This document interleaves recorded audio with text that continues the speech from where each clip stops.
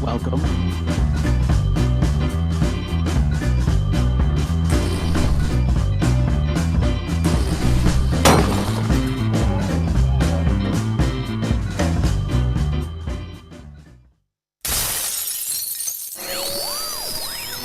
We intend to offend. We will offend. And if you have a delicate sensibility, click the X button in the corner, or if you're on a Mac, the red button in the left corner. Monty, welcome to the show of offending people. Well, it never happened and I make shit up. So for the last couple of weeks, everyone that has asked for a reading, apparently you're all from Scotland, from Hurley in Scotland. You all live the same lives. It's very metaphysical, because we're all one. And I can't read the Akashic records. I didn't even have a card. Meow. Fucking video. God damn it. There's an opening. Welcome, everyone. No, Andrew Bartzis. Oh, you fucking ass. Oh, hello, everyone. Exactly. Welcome to our motherfucking comedy show. Hi-yo. I am joined by my motherfucking comicical guests, Monty Dean and Bruce MacDonald. Hey, what type of accent is that, Boyle? That's a pissed off accent that I'm not figuring out which one it is. Yeah. Change it as I go. Yeah, the Galactic Historian is doing a world tour in one sentence. All right, everybody. If you are listening on some other channel like YouTube or Facebook or Twitter or Twitch and want to be a part of the comedy room, you got to be here, bitches. I say this every week, and every week I see, where's the link? Where's the link? The link is there, you instant gratifying motherfuckers. Anyways, Robert has the information up there. I'm not going to tell you how to get here. It is self-sufficient. Use your free will. Now, as a continuous reminder, this show is not for those who are asking for a reading. This show is not for galactic history. This show is not for asking questions about baby raping lizard wizards taking over the world. This is a comedy show. Now, if you want to laugh, join us. If you want to talk about baby raping lizard wizards, take the stick out of your ass and go somewhere else. This show is to take the piss out of the baby raping lizard wizards. Because if we don't take the piss out of them, who will? Now, Monty and Bruce, we have given our boundaries about the baby raping lizard wizards.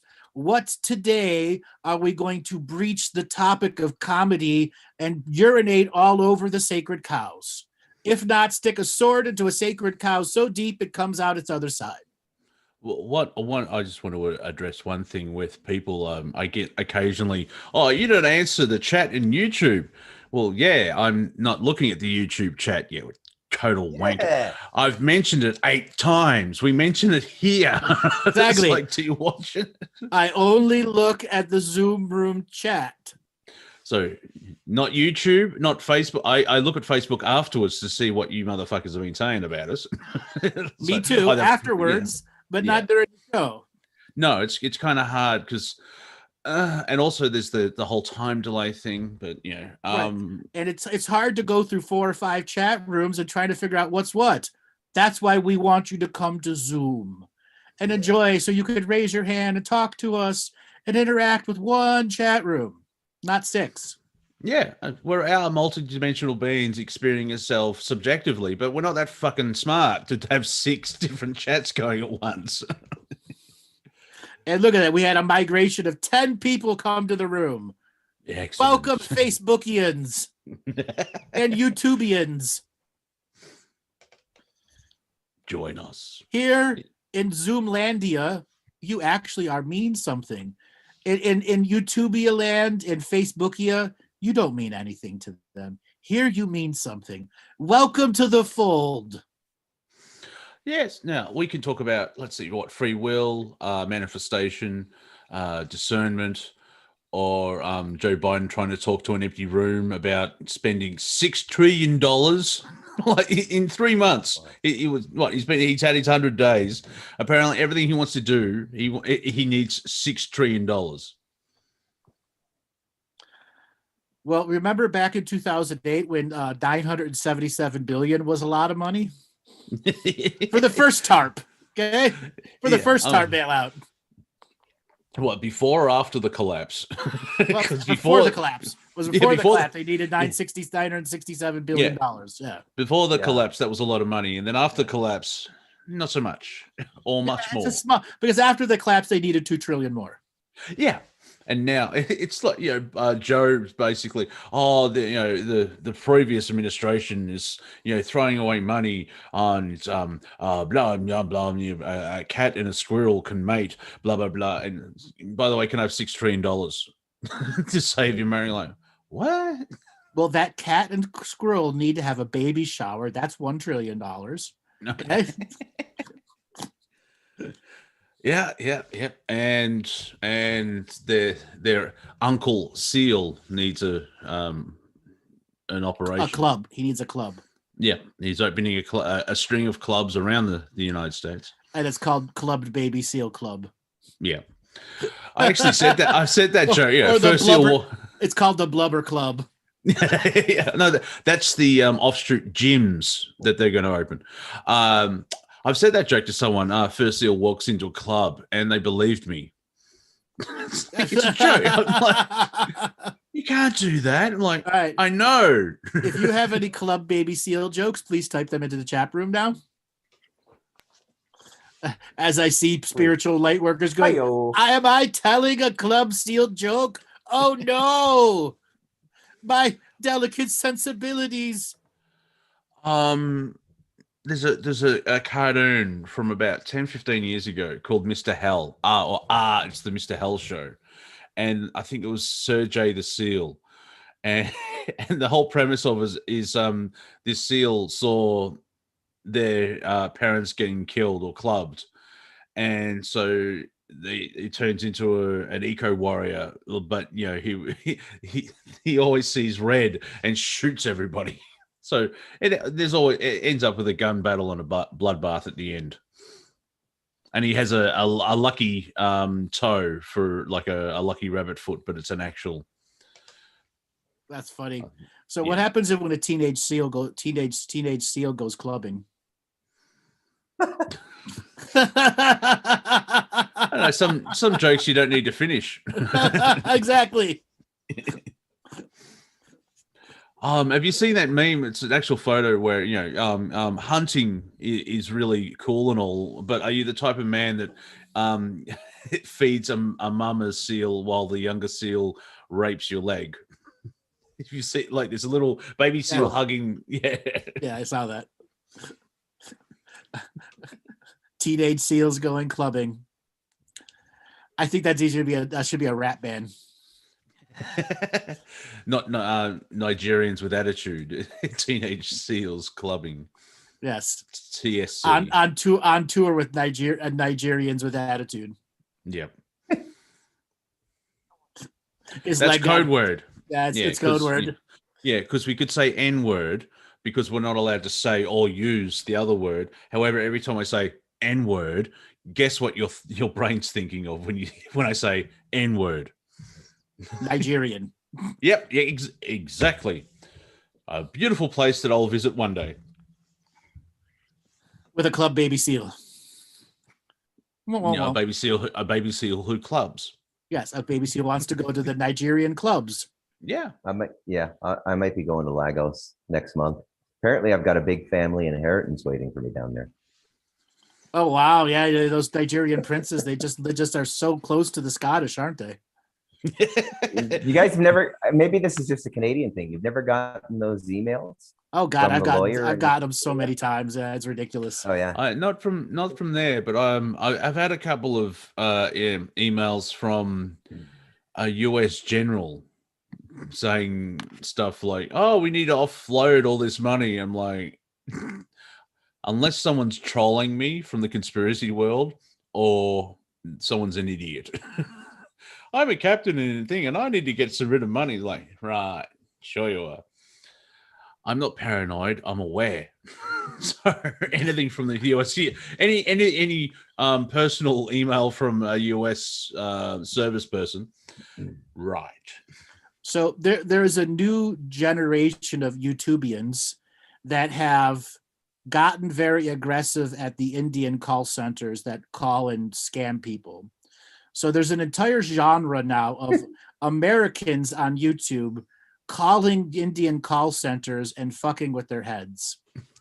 Now, about a year ago, I discovered this whole genre, and there's this one guy who literally pretends to be like an old woman or a dumb hick, and is trying to they're trying to get the Indian call scammers are trying to get him to put $3,000 onto gift cards.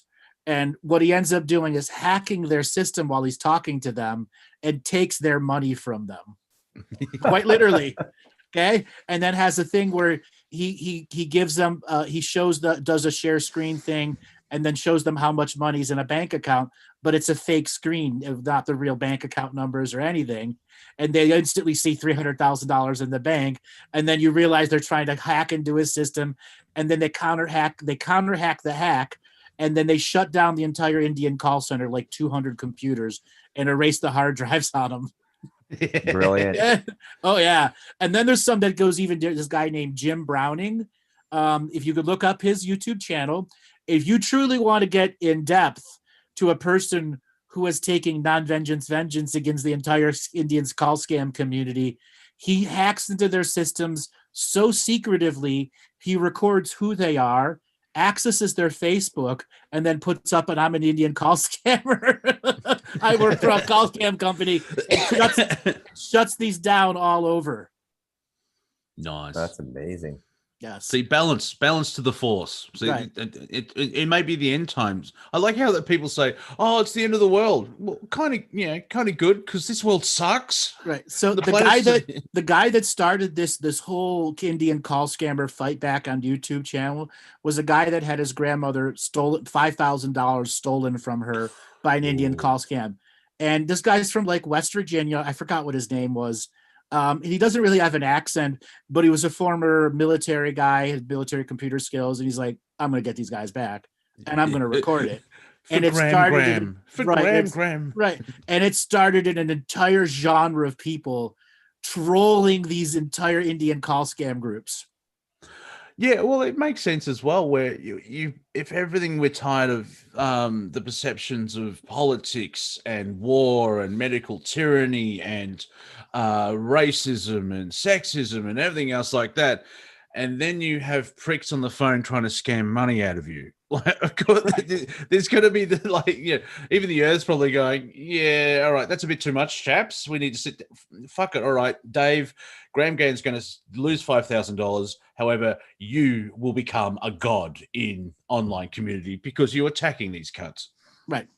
So the irony is some of these high-level Indian call scam centers are supported by the government. And a variety of them have uncovered government funds to both be a legal support to the tech industry and an illegal scam to the industry at the same time. Which government? Sorry to interrupt. The Indian government. Okay, the Indian government, yeah. And in support with the police, everything. It's like some of the information that has come out. And there was this one guy that went over there trying to expose this stuff. And this one Indian guy, call center guy who owns like a 5 call centers, each call center with like 1,500 people in them. He thought the guy was coming to kill him. Okay. This guy, when in fact he was just coming to expose him. And there's a whole documentary video on it. You all might be interested in watching, and how terrorized some of these call center companies were because they know what data was stolen from their own computers. Okay. They know what was taken, that the proof there is unstoppably, holy shit. Now, I'm just wondering, I understand the concept of as above, so as below, but it's not a direct correlation. Or is there an Indian phone scam in the 4th and 5th dimensional reality that we call the galaxy? Considering karma, there's a word came from India. So what kind of karma does an Indian phone scammer have? Now, does that answer your question? As above, so below? What is the karma of the guy below doing the call scammer? There's got to be something influencing him from above to do it. Okay, all right. Hello, I am from Earth. I'm looking for Arcturus. We are wondering about your connection. Exactly. Is it used karma? Thank you, Sean. Sean, that's a great line. Is it used karma they're selling? See, this karma, you can fit 3,000 lives in. Exactly. Buy one life, get one free. On multiple planets. Now, Bruce, you've studied karma in depth. You've had plenty of educational background in spirituality. What is the relation of karma to a person that's an Indian call scammer? Well, I don't know. That's an interesting question. Look, everything is sort of consensual, right? Mhm. It is and it isn't, but the terms they're offering are false, right? They are lying. So, 100%. but Yeah. I mean,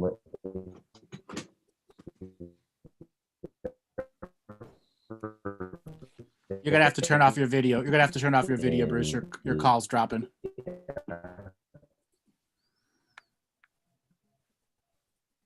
Yeah, you're turning red. You have to turn your video off.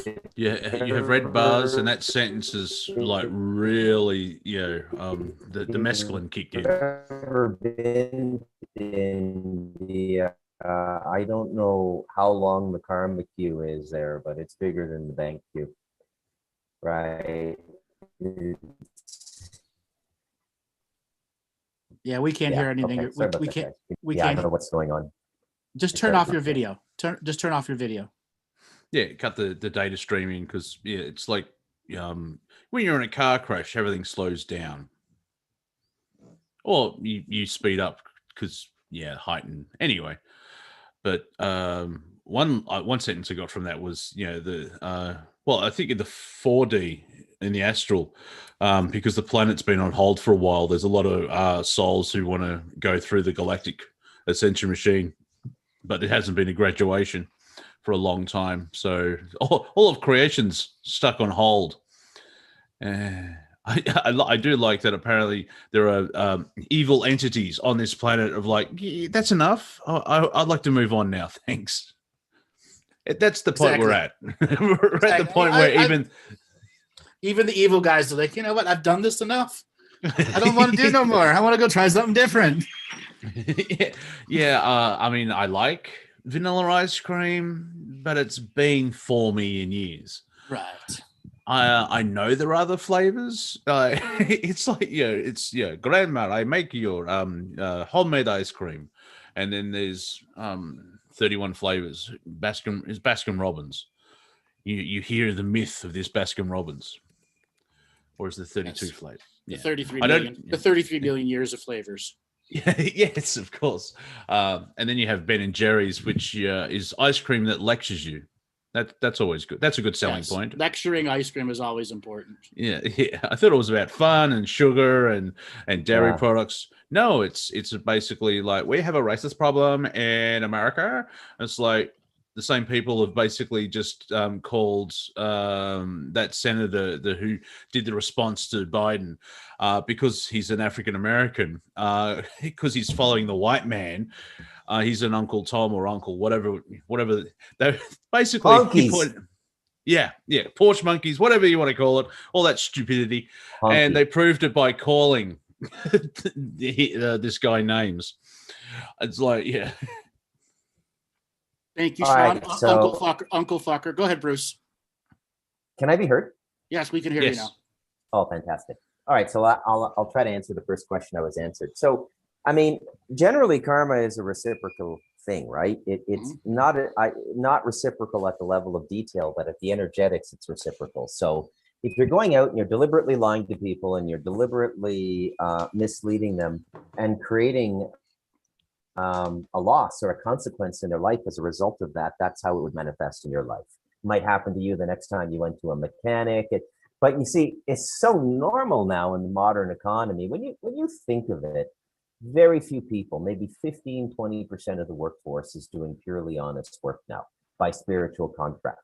Everything, there's so much deception written. It's just been a downhill slide since Edward Bernays and marketing and publicity and all of these sorts of things, right? It's rampant over here too in Costa Rica. It's not that they're ripping you off. It's just that you got to be very careful about getting into trust relationships over here. You got to be very careful about the mechanic you choose, stuff like that, right? Mhm. Everybody does it. That's probably the spirit, but still the karma persists. And this, I think, what happens ultimately as a result of things like the Indian call center scam and everything is it just increases the overall level of conspiracy globally, making the system more and more cumbersome and unpredictable, right? Well, Land- the irony, there has been a massive pushback from the Indians who are public people about call scam workers, where now when they find out, they are publicly shamed because they're good. ruining the imagery of the country. Yeah. Yeah. That Yeah. makes sense. Yeah. Because like here in Australia, we're multicultural, but apparently every the phone call you get, and there's a heavy, thick accent. Hello, my name is John, and I would like to talk to you about solar panels. It's like, are you where do you live? Canberra. Yeah, very, very warm there right now. Yeah, they're outsourcing and everything else like that. And speaking of Edward Bernays, I always think of food when you say that. Edward Bernays, the sauce, lovely. Nah. Now, Bruce, 1 second. I want to touch one more thing on the public outlash and backlash on these call centers. Now, these are not mom and pop call centers. These are major call centers that employ 2,000, 3,000 people who are a publicly traded company and have people that are permanent scammers within them. Yeah. Yeah. So it's completely integrated into full publicly traded companies. And then there are these mom and pop companies, which is basically an apartment with like 5 or 6 rooms and 15 people shoved into it, making 1,000 calls a day each. Yeah. Okay. Yeah. Which is this whole secondary industry. Yeah. Yeah, it's the numbers. Like, I had a couple of call center jobs, and it's the kind of thing, like I'm recording an audio book. Not my book. I can't read or write. Well, I can read. I can't write. But the thing is with that book, once I've achieved something, you're always constantly moving. But when you're in a call center, it's the same thing over and over. The calls are different. It's like, yeah, but it's 8 out of 10 people say no or just hang up, and it's all about the numbers. Where the more calls you make, the more chance of having a response or getting it. And so you need to make 1,000 phone calls, and I'm lazy, and so fuck that. Unfortunately, the response rate is much higher than that because they're targeting the elderly who are pre-programmed to actually tell you anything on the phone, because many of them grew up when there were no phones in the house or it was party lines, and if somebody called you, that was important. Yeah. Well, yeah, depending on what call center you're in, and then if you're scamming, obviously that's a different thing. Mind you, that generation's slowly dying out. So, no, yeah, it left children who are just as dumb, unfortunately.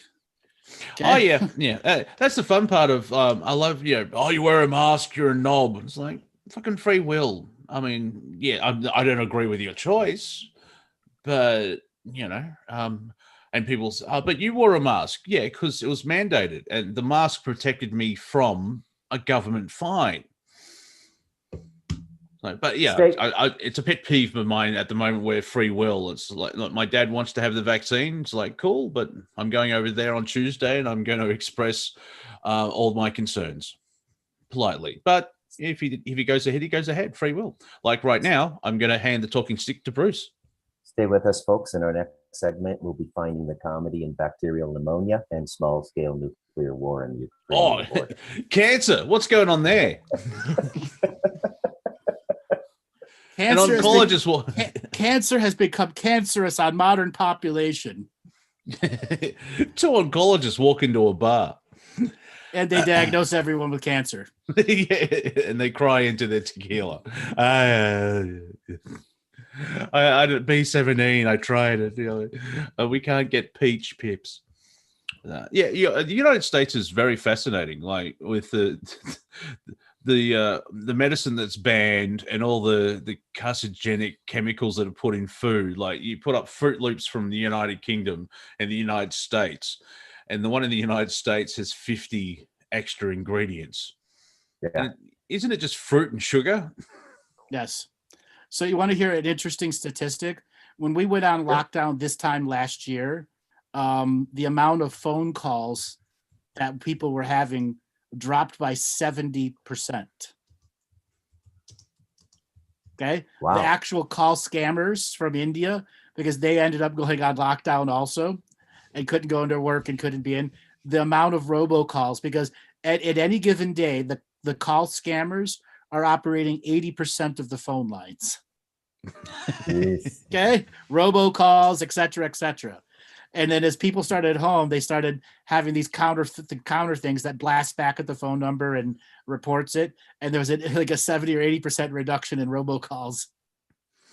Well, here in Australia, there's a couple of robocalls, and it's either efficient/lazy, but it's in that robot voice, and it says, there's two of them. Your tax account, your tax file number has whatever, blah, blah, blah. There'll be a warrant for your arrest issued in 45 minutes.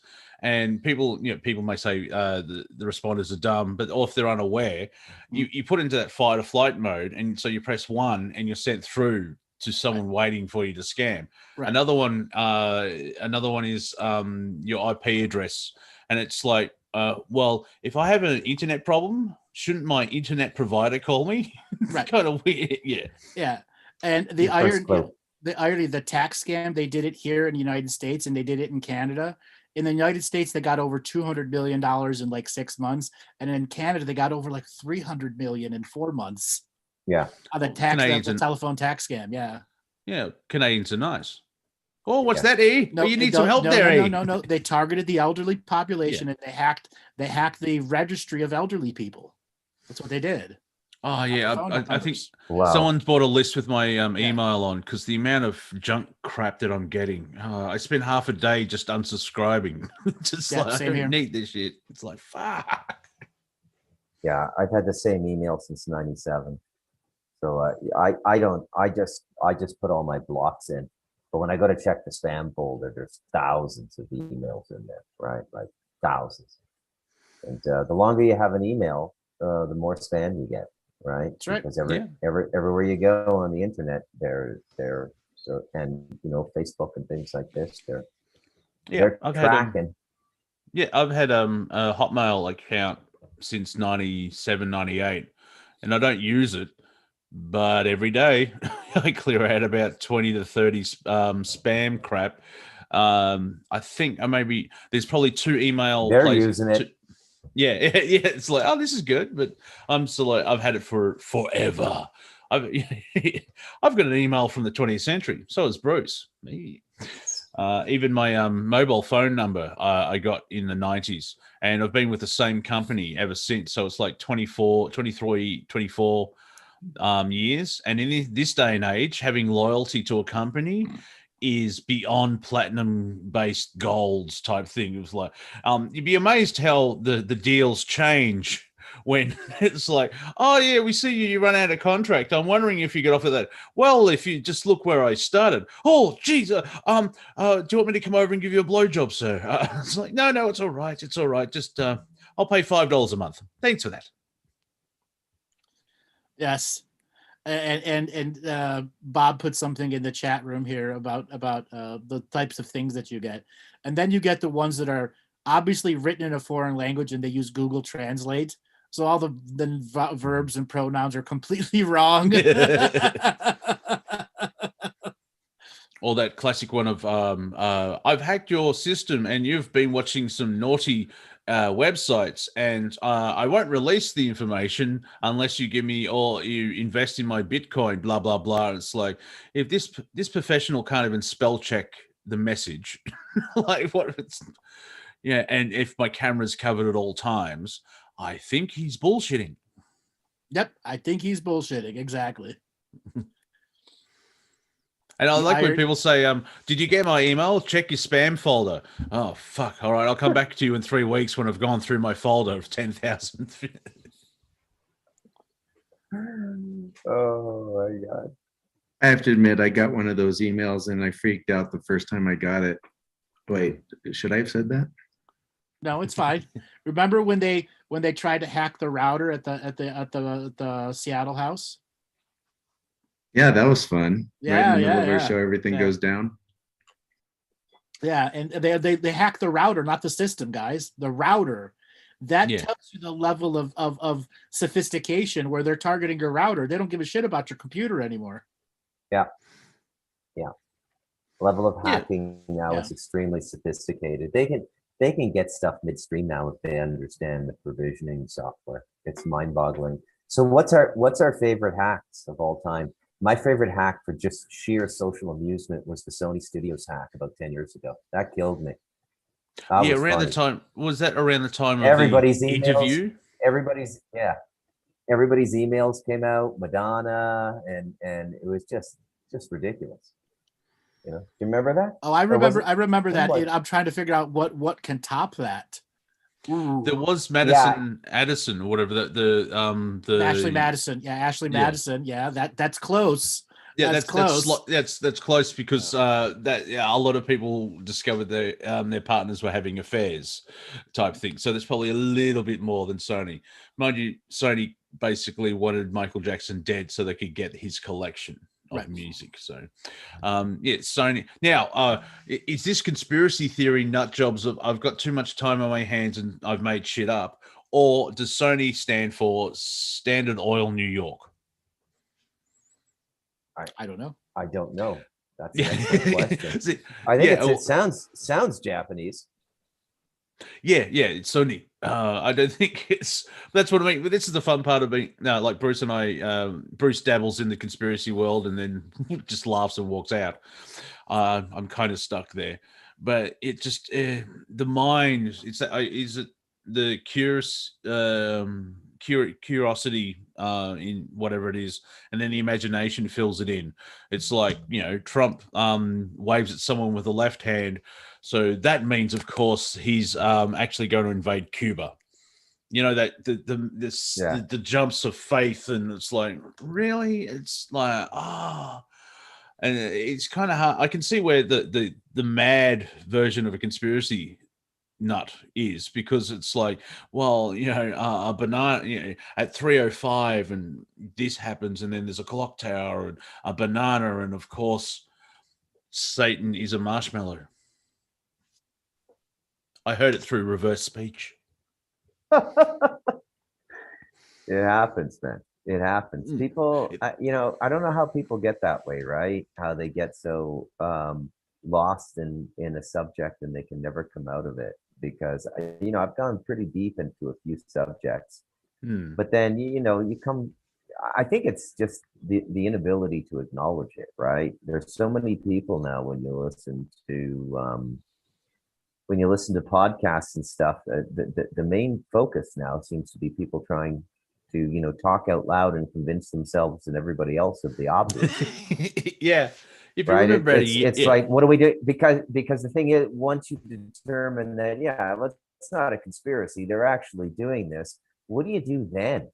I think that's what people don't want to face. It's easy for me because I've already done it. I built an earth bag house in the Talamanca Mountains. What are you going to do next? Yeah, I did it in 2014. What am I doing now? I'm telling you. I around about 12 months ago, if you remember, the conspiracy world was shaken and stirred because a third of it went into panic mode of like, oh no, everything I've been talking about has come real. And then it was the same time a meme was like, I need new conspiracy theories because my old ones came true. And sort of now they get stuck in the business marketing model. Now, there's nothing wrong with business per se if it's done right and you're following your dream.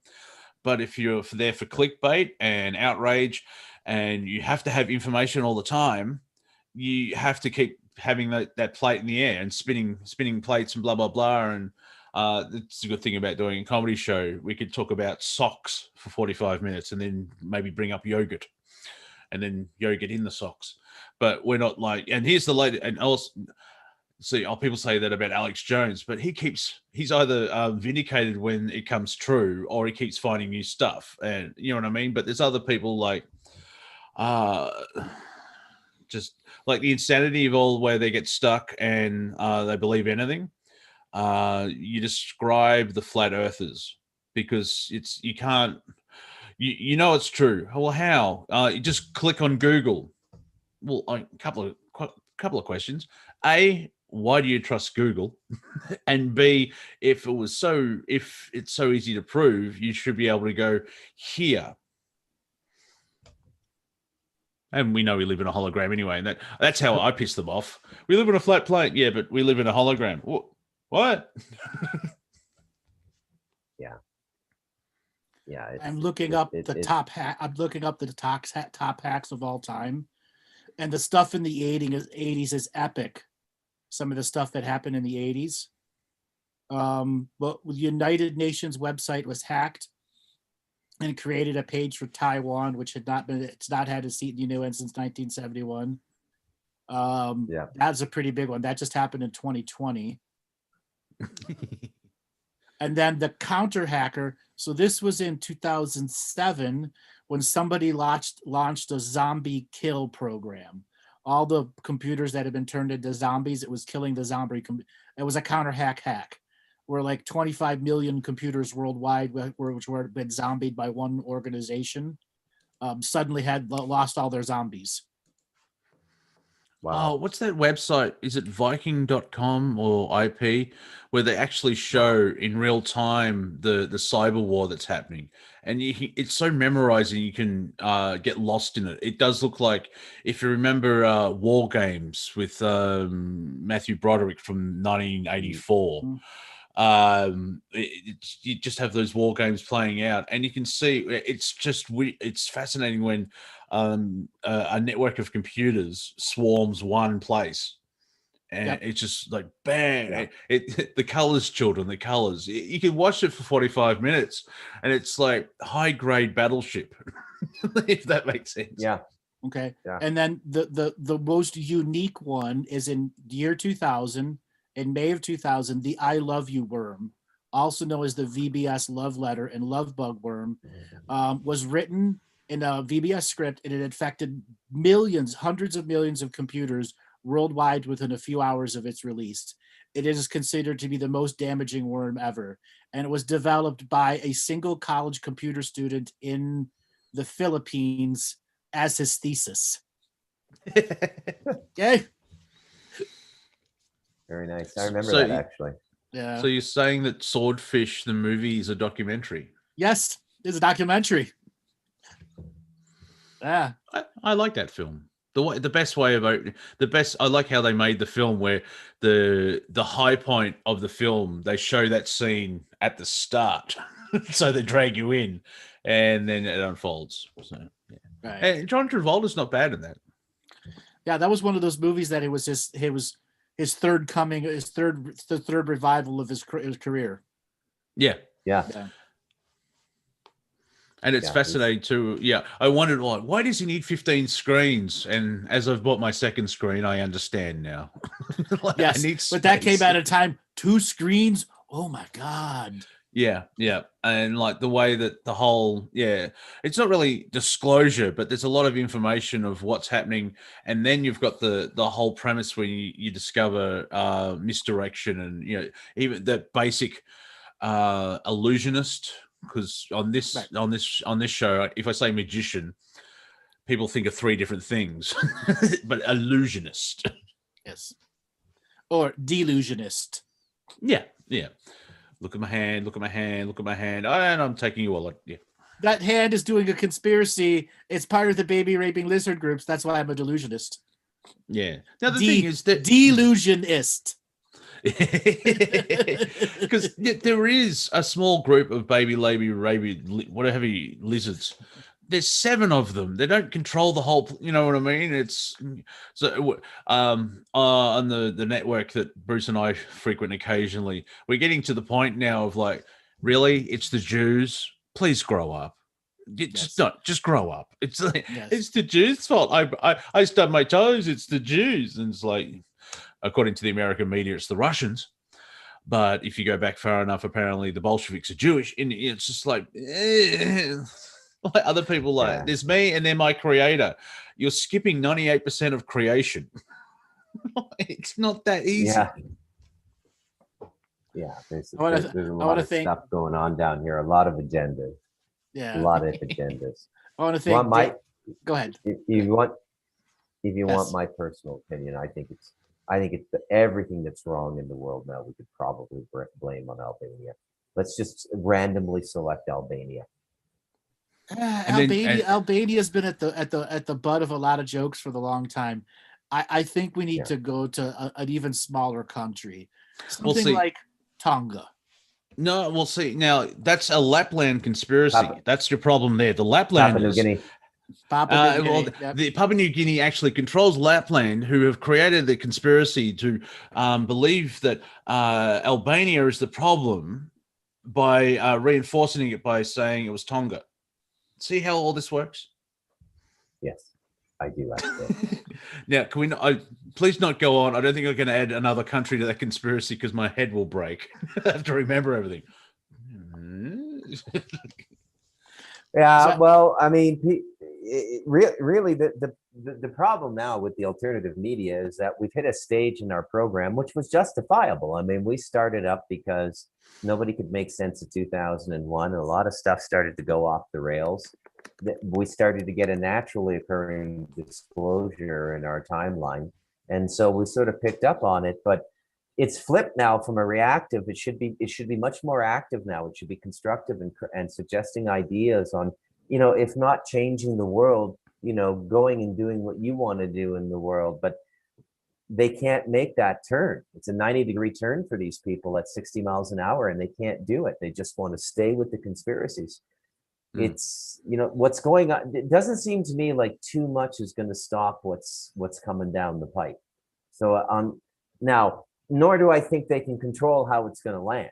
What Agenda 2030, a great reset, and all this stuff that's on the edges is going to look like as it actually permeates into all of the individual cultures and works with the principalities in each of those cultures. But, we're going into a period of change. And the more you're holding on to something, the harder this is going to be. And that doesn't matter what you're holding on to. It's just, this is a time where you just got to walk naked in the winter time. As a sci-fi fan, I know exactly what you're talking about. I had to let go of Star Trek, Star Wars, nearly Doctor Who. Like all my entertainment's been destroyed by bad storytelling and lecturing. It's like, what are you still talking about Star Wars? I've loved it for 38 years. It's beyond a religion. It's just a movie. We're still talking about it 40 years later. How can it just a movie? Go away. I really want to thank Alan for this quote. It's the Stockholm Syndrome of conspiracy theory. Can't let it go. And then the other one from further up, just one second here. It was about the delusionists, and Danny Sosa said the delusionati. And then Sean corrected, the delusionist thinks he's an illusionist. So the delusionati and the delusionists are their own group of people who have a Stockholm syndrome to their conspiracy theory. Yeah, and most of us just want to meet someone to have sex with, and that's your illusion, not delusion. I remember. Well, this is years ago. We were riffing on spiritual one-liners. Yes, the pickup liners. Yeah. And if anyone has a spirituality one-liner pickup line, please write it in the chat room now. Like, do you use Windex on your underwear? Because I can sure see my reflection in there. Yeah. Since we're all one, do you want to come home and masturbate? Yep. Oh my God. I don't know if it's spiritual bar, but it's interesting. People sometimes ask, why are you single? Well, let's see, I'm a metalhead comedian in the spirit and conspiracy world. My niche is extremely thin. It's not as thin as you think, though. Okay. Yeah. It's not as thin as you think. I forgot. I'm also a You're hermit, and that's a You're really over- big niche. You're overthinking. Yeah. No, the hermitacy is a You're big overthinking it, niche. Monty. Right.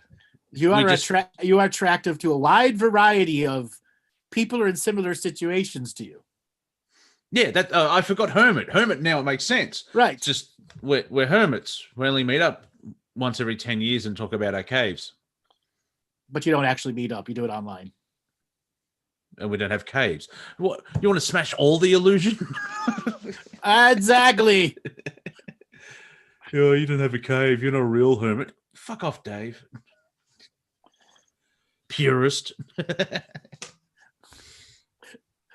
You're a legacy hermit. Oh, yeah. It's your legacy and birthright. No, it's fucking not. It's an experience just after birth. But right now, like, everything's cyclical. Yeah, and I like the idea of technology. Technology's a tool, like you. But yeah, it's why not have a refrigerator? Ha ha ha ha. Monty actually got out today in the hermit crab. I don't take my house with me. How dare you, sir? Backwards compatible hermit. Thank you, Sean.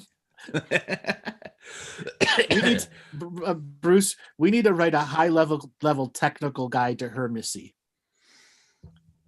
Yeah, that would be, yeah. I think we could make $1 billion. We have- We could make $1 billion in sales on it if we did the right images. Are you a hermit? The big book of hermits. Yes, how to properly yeah. live as a hermit. Yeah. How to spot a hermit. It's like No, bird no, watching, hermit watching. Yeah, hermits for dummies. Hermitacy for dummies. Yeah. Yeah. How to be a successful Best line hermit. ever about being a hermit or a social hermit is, I think the best line I've ever heard is a Charles Bukowski line, the American writer. And it was in the only film he ever had made, Barfly with Mickey Rourke. And Faye Dunaway asks him, "Do you hate people?" He says, "No, I don't hate anybody. I just seem to feel better when they're not around." I don't know if I came up with the line or I heard it somewhere. It just came out subconsciously. But my one is like, you should go outside. I'm not going outside. It's all people-y out there. It's all people-y out there. Exactly. Yeah. That's like an agoraphobic. Yeah, and to meet the one, you have to go meet people. You can see the dilemma I'm in. Right. I only want to meet one of them. Yeah, universe, it better be the one, or I'm staying inside another 10 years. I'm taking the universe to court. Not fulfillment of product. Look, I was told I would find my one, and I've tried it once 10 years ago. This product sucks. I want my money back. You're overthinking it, Monty. Yeah. She can't hurt you anymore, Monty. Maybe I want to be hurt, Bruce. Maybe I want to. I just like the idea of a court. I just like the idea of a courtroom where, Your Honor, the reality is blocking the question. The universe, all it is and was and will be, is on the stand and being cross. That just makes me giggle. Imagine the universe's defense lawyer asking him questions. So, universe, did you provide any other opportunities for said individual? In fact, yes, I did. In 1908, in 1744, in 1999, 2000. Objection, he was objection, Your Honor. particularly ignorant. Objection, Your Honor. We're only talking about this lifetime, not the other multiple lifetimes. Now, my client was unaware that those lifetimes were existing at multiple at the same time. And then the universe goes, we have a contract in awareness and unawareness. It doesn't matter. Via tacit consent, you agreed to these rules. Is this not your tacit consent signature? And who would be the judge? Would that be the creator? Yeah, so, it's a creator's friend. Yeah, yeah. This is Simon. I created him yesterday. Or an Hello. another creator from another universe who has all the same deals, and he uses our creator to go to his court. Yeah, and discovers chocolate. So he just eats chocolate all the time. Yes, This drinks is chocolate all the time. Any further questions? No. The irony. Oh, yeah. So, Mr. Universe, as the lawyer is the prosecution lawyer. So, So, Mr. Universe, if that's your real name. Apparently you are all one. If we are all one, why have not my client had his one yet? And the universe sighs and goes, it's not about instant gratification. It's about putting the effort into the existence. And when one doesn't put the effort, the universe doesn't just walk up to your door, knock, and go, here you go. Well, in the process, according to your contract, it says it does. Well, I like to point to you, Mr. Lawyer, sir. This is a multiple reality, a multiple dimensional reality. This one sucks. What actually the client wants to happen happened over there. Now, you have the chance through consciousness to change your perception from this reality to that reality. I'm out.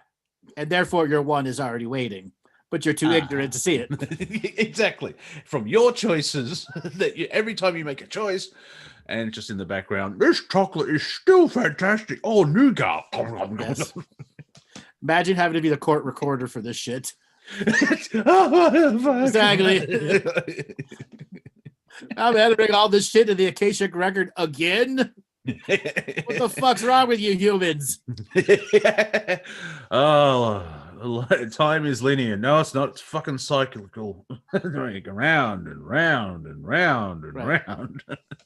It's psychological, like Psycho. I do like Mark Twain's quote. History doesn't repeat, it rhymes. Exactly. My God, Mark Twain was brilliant with some of the stuff that he come up with. Brilliant. Yeah. And he went on tour. He actually made it to Australia. He was touring as well. So, I mean, I wasn't alive, so I'm not that worried that I missed him. But without too much information, Andrew, was he just a shining light, or was he just happy to exist? Or what is the story of Mark Twain from the Galactic Historian's point of view? He came at a time where the type of mind and social interactive community that he had was upsetting the end of the Elizabethan era, with reason, logic, comedy, and a potential of a brand new reason and logic that didn't allow Elizabethan concepts to own the reality anymore. Oh, nice. And Oscar Wilde, I think it was around the same time as well. It's very, very similar thing. It was creating a whole new perception of the new elite, that the elite could no longer hold on to their perceptions of intelligence anymore. Something had outdone them. Oh, yeah, okay. Because just just the connection, like, comedy. It doesn't have to be hilarious all the time, but comedy is basically making connections people don't see. Right. And then there's sometimes a response of laughter. But Oscar Wilde is still Oscar Wilde only wrote 2 or 3 plays, and his famous one, the something of being earnest. I can't remember how to say the late anyway, but that's still being performed today, and he's just known because of allegedly the last thing he said before he died was those if those curtains don't go, I will, or something like that, and then he died. Yeah. And it's in this. What was the other thing?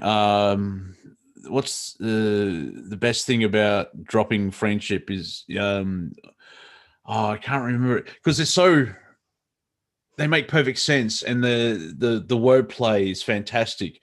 It's just very hard to remember them because you keep stuffing up the order. Where it's about like frequency and friends or something like if you're not matching with frequency, you can when they're not there as well. I'm butchering it. I'll stop talking because I'm trying to remember using my mouth. Why don't you Google it? Google? Well, I can't remember correctly. It's like, how do you spell this? Look it up in the dictionary. I know what it fucking means. I have no idea how to spell it. If you could Phonetic doesn't start with an F. Yes, but if you could get 1/3 spell it correct, Google is pretty close. All right. Yeah. I'll see what. Yeah, talks amongst yourselves. A lie can travel around the world before the truth has had a chance to tie its shoes. That's so true. Well, what's the truth putting shoes on? So it could have traction. Yeah, fair enough. Okay. Why does the truth need traction? Because lies are slippery. Yeah. Yeah. Lies are always on the move, man. You got to be on the move when you're lying. So why does lying work? People are afraid of confrontation. Okay. For all the ideologies of psychology and psychics and everything, because I get asked this question all the time. Could people lie to you? Sure. People lie to me all the time. It's a matter, do I call them out or not? Okay. And then there are other people believe their lies. And no matter how psychic you are, their energy says they believe their lie. Okay. Why has lies been persistent in our reality?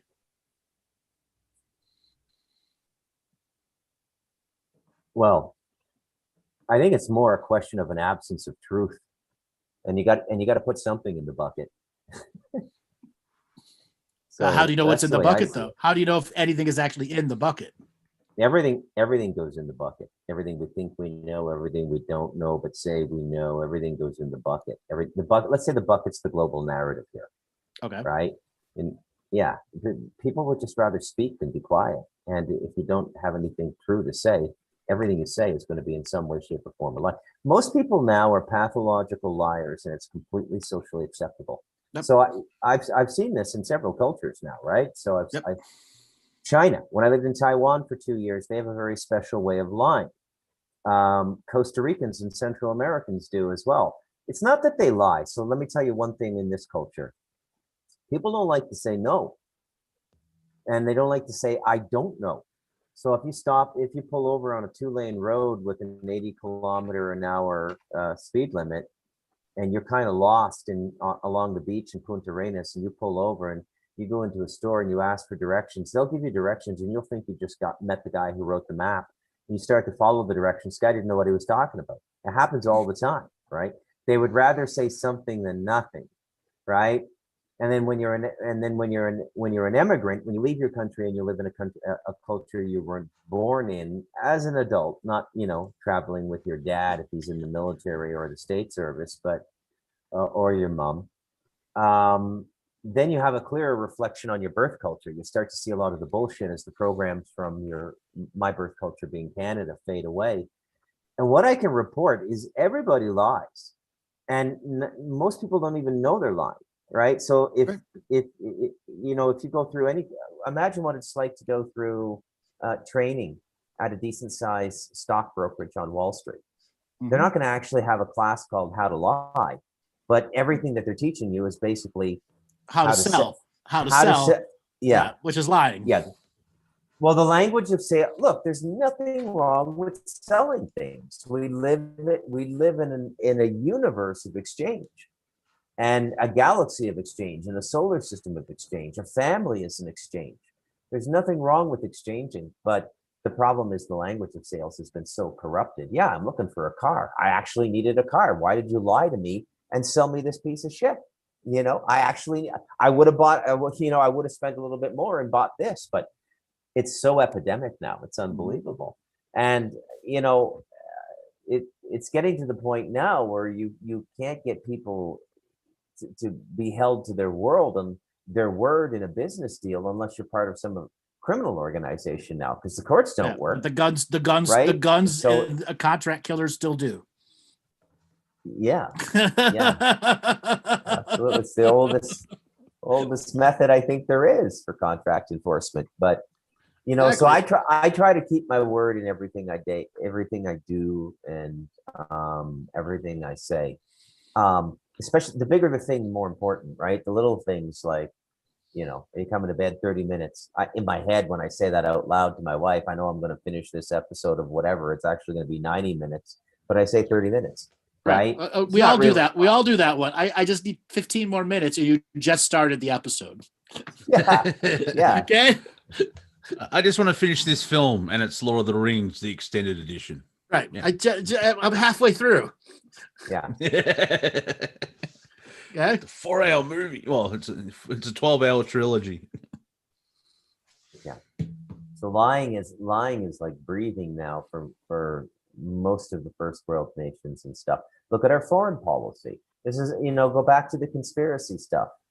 There is no conspiracy. The world's always operated this way. The only thing that's changing now is Canadians and Americans are being forced to grow up and accept a much higher level of corruption in their societies than they ever knew anything about. Big deal. I mean, you know, Brazil throws former presidents in jail every 3 or 4 years. This is a normal. About every 3 or 4 months now. Every 3 or 4 months. Yeah. There you go. And then they just let one out. They let one out, and then they put him back in jail too. I forgot about that one. Yeah, people lie. They had a big revolution in France. Apparently, people got their heads cut off. But people lie, right? Yeah, So, you and know, then they enjoyed that. We're very young nations. Yeah. You know, the irony of what you said is so that Canadians and Americans are being forced to accept corruption that has already been there, but at a much more public, in-your-face level. You kind of went out I went out for about 15 seconds. Can you just repeat that? What you were saying before, I very much agree with it. Canadians and Americans are being forced to accept public corruption that had already been there, just been hidden, and now they're forced to accept corruption at a public scale. Yeah, it's been reported on, and no one seems to care. Mm-hmm. Yeah. And you know, so let's tackle some of the big lies that are firing up public movements. Okay. Mm-hmm. So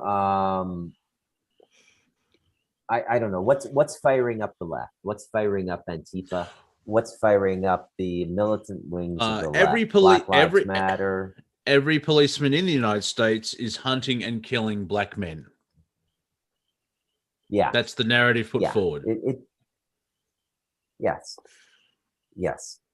Now, if well, let's take Antifa because it's easier to deal with, and it's a mixed bag of nutters.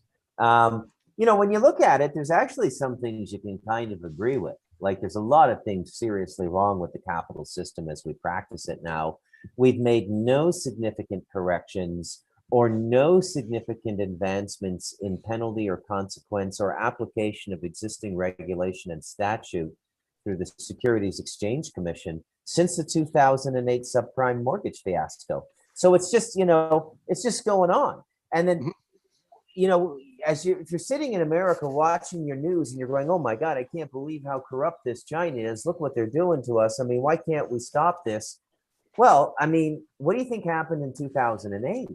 I mean, the American financial system robbed the whole world. That was a robbery. People lost wealth, okay? That wealth went somewhere. You think Chinese intelligence, you know, just because we can't openly agree on it in Western society, we grapple with it in the alternative media, doesn't mean every single intelligence agency in the world has not figured it out. They knew it before the US knew it publicly, right? These aren't AAA bonds, and yet that's fraud. How is that any different than printing currency in your basement? It isn't. It's HR 3474 passed under Clinton allowed that stuff to happen. It allowed subprime mortgage to be done exactly the way it was, and gave them all the rules to change the banking laws. Is that Glass-Steagall? Like, I know, is that Glass-Steagall? It was Glass-Steagall came afterwards. Okay. HR 3474, 1994. Look it up. House Resolution 3474. Now, the reason that was even able to happen in the United States, number one, passing off the bonds as AAA, and they weren't. They were garbage bonds. That's literally like selling counterfeit gold or silver or jewels or something like that. It's a very, very, very serious thing. But the other thing that made it so critical when the collapse started in the United States is there's no separation between client and investment banking. In Canada and Australia, Monty, if you're not aware of this, investment banks are separate banks from like client banks, like whatever normal people go to get their mortgages. And you're not allowed to mix the two because investment banks are considered high risk. Not in the US, boy. Not in the US. It was all, and nothing's changed since 2008. It's almost like it's ready to happen again. And it is going to happen again. It's already happening. Yeah. The end of first quarter, bankruptcies will be through the roof, as well as the foreclosure market from all the people who have rental houses who've had a year of unpaid rent. Bruce MacDonald, ladies and gentlemen, the most serious man in comedy. Yeah. And well, insulin's gone up. And what is the thing with lumber? So I've seen a couple of memes where this is how rich I am. I paid for these bad boys with cash, and there's 3 posts lying in the back of a ute or whatever you call them over there, a pickup truck. And then another one I picked up shavings of pine and put them in a little dime bag. And it's like, I'm going to sell this on the street. So why is lumber going through the roof over there? It's the way the lumber industry is making their money back after 20 years of getting beat up. And they've been legislated to allow them to do this, to gouge the price that high. Yeah. And how do I know that? A lot of wood coming out of Canada. Yep. A lot of soft wood that goes. By the way, folks, I think I might have said this on another comedy show here, but if I'm repeating myself, so be it. I think rock everywhere else I've been in the world, it's cement and block, right? Yep. Always cement and block. So we use a lot more wood than most people. There's a lot of things North America does that are very unorthodox. When we went there and we started doing this like 100 years ago, I mean, any house that was built, if you had a family with 4 brothers who could work, you could build yourself. Everyone in the family would have a beautiful 2,000 square foot home with etchings in the wood, and the wood would all be open because it was all on their property. You just go and you saw it down, and then it slowly come to this point. Costa Rica went through the same thing. We were down to 25% of forest land in the country, whereas before it had been up around 80. And this was in the early 80s, and they banned all exotic wood cutting, and now we're back up to 80% forests, right? So, but there was some, people. My father-in-law raised 11 kids, cutting down cocobolo, manu, and Manu Negra, and all of these like hardwood, and a Central American hardwood, folks. It makes oak look like styrofoam.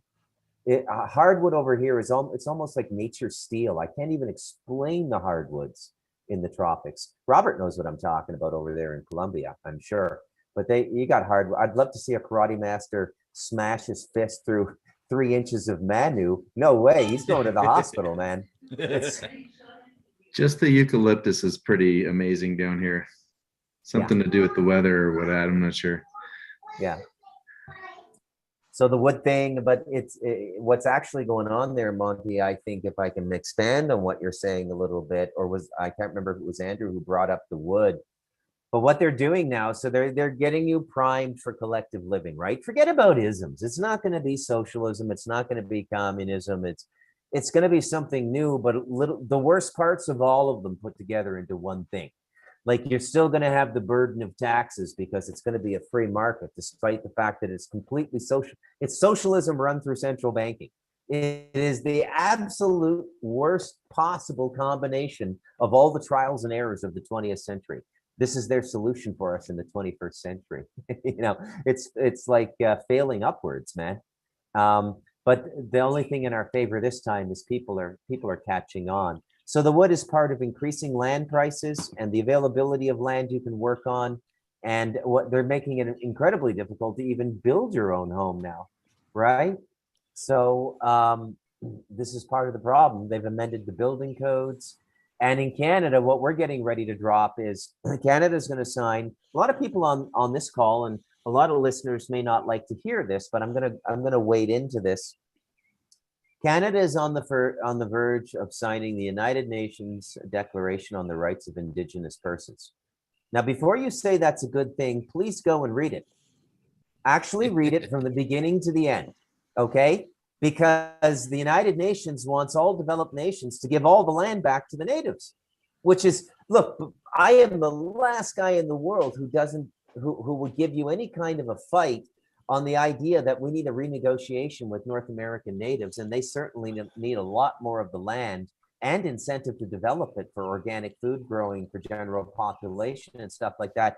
We owe the natives a lot, but what they're doing in their system is they're going to use the native as the new kind of like top tier person. Well, they're going to be the top of the straw man system.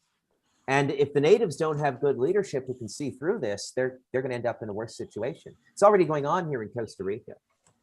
They signed it's called UNDRIP, by the way, UNDRIP, United Nations Declaration for the Rights of Indigenous Persons. Costa Rica signed it about 7 years ago. The natives here immediately took them to court at the United Nations, won, and there were thousands of farmers in the province of Punta Arenas displaced. It's now resulted in deadly armed standoffs between displaced natives and displaced farmers, 3 generations of Costa Rican farmers and natives, right? And then the natives, what they're doing with all the land rights now, they're not taking care of the land.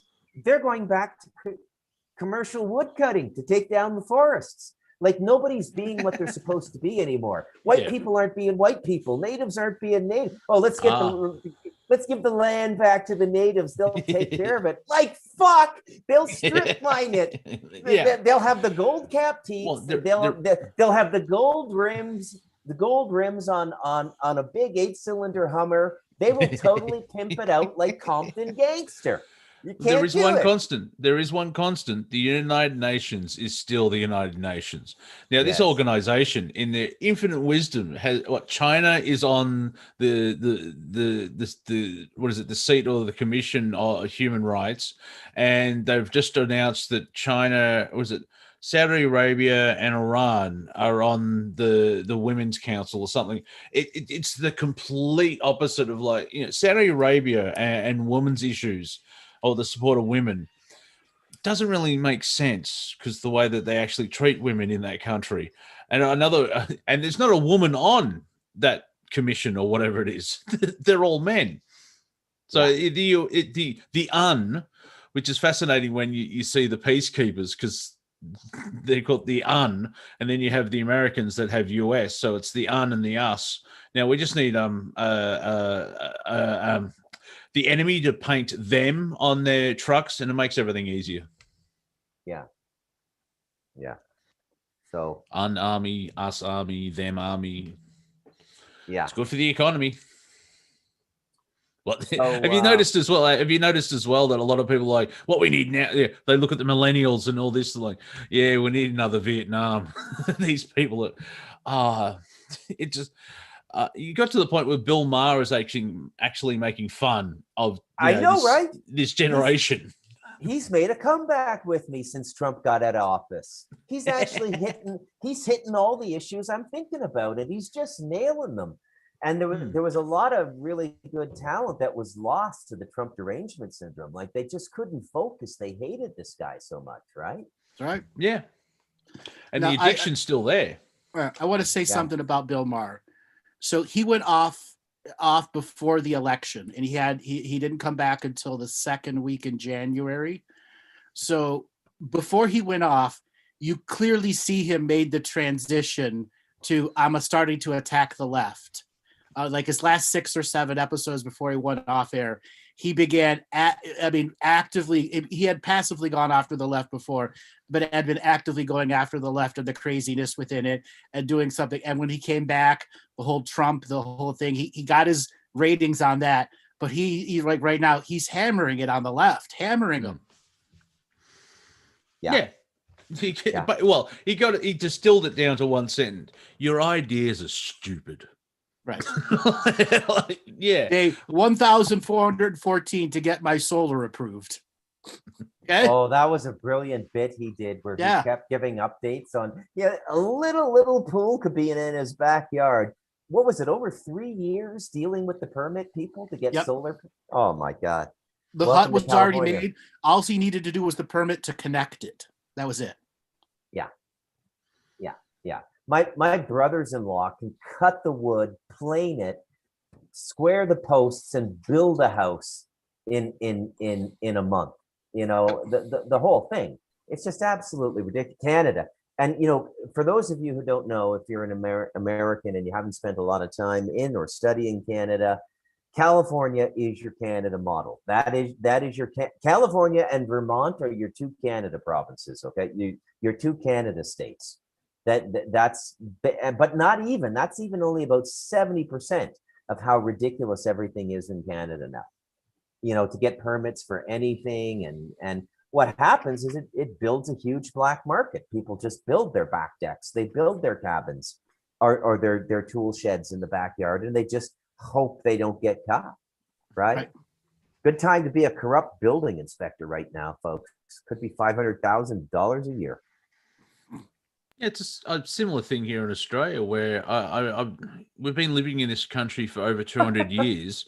You think you think that we'd actually know how to build a house for our weather conditions, and let's build like the Canadians, which doesn't make sense because we don't have 9 months of snow.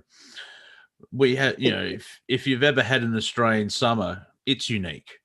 You know, people walking around in 35 degrees Celsius. Oh, it's a bit warm. And people from England are like, help me. And then we have the cold. Yeah, I don't understand, like, the whole globalism where you can't self-sustain. You have to be dependent on others. We've got trams and trains from China and France, and the French build beautiful trams for France, but in Australia they freak out because it's a completely different environment, and so Australian built for Australian standards, which is pretty intense. Let's be fair, considering all those things trying to kill those trains. Yep. And even the things that can't kill you, they want to. They want to. Exactly. Yeah. Oh, isn't he cute? He wants to kill you. He can't, but he wants to. So yeah, it's Australia, where someone shared a photograph where you have a dingo eating a shark while two snakes have sex in the foreground. That's Australia. That's Australia. It's so funny. I've said it before. Racist in this country is completely stupid. Oh, we're full of what? Space? Exactly. Space. Exactly. Yeah. It's like, oh yeah, the city's busy, and I'm like, yeah. The city. You ever been to San Francisco? 8 hours of traffic. Oh boy, yeah. It ain't full. Yeah, Los Angeles has 21 or 22, I don't know, but you just have that. It's just so you can land planes on one side of it. There's like 7 or 8 lanes, and they're all traveling at 4 miles per hour or something. Yeah. Some of them are 12 lanes now. Yeah. Yes. Have you heard of public transport? Not in California. No. They killed that a long time ago. So everyone buy cars. Oh, that's at a footy match. I feel violated now. But yes, there's no need for racism. That's the thing. We're all one race. So I'm kind of hoping,